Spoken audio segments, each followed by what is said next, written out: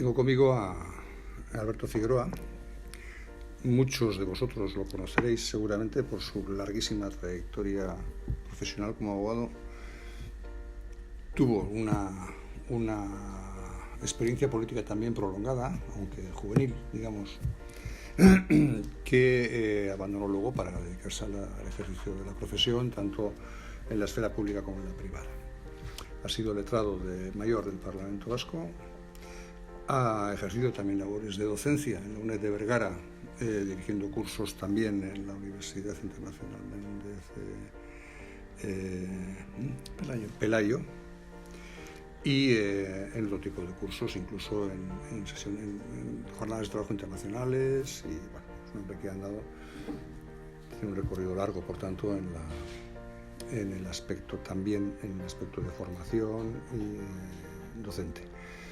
Pero hoy a quien tenemos con nosotros es en realidad a un escritor y una ópera prima, Ocurri Confidencial. Y no suele ser corriente, no suele ser habitual que una ópera prima sorprenda de la manera que lo hace esta por su madurez literaria, que es la principal característica de esta obra.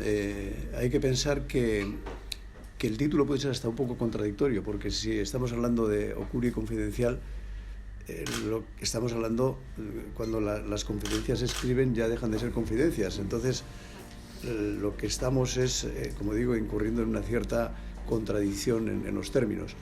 Pero sí que lo que hemos hecho ha sido esas confidencias, esos secretos que cada uno de nosotros guardamos de forma inconfesable, es decir, que ni aunque dependiera la salvación de nuestra alma de confesarlas, las diríamos, que las tenemos escondidas debajo de la cama en un armario, y además las tenemos envueltas siempre de tal manera que no sean tan agresivas, que las hemos edulcorado para que las podamos vivir con ellas.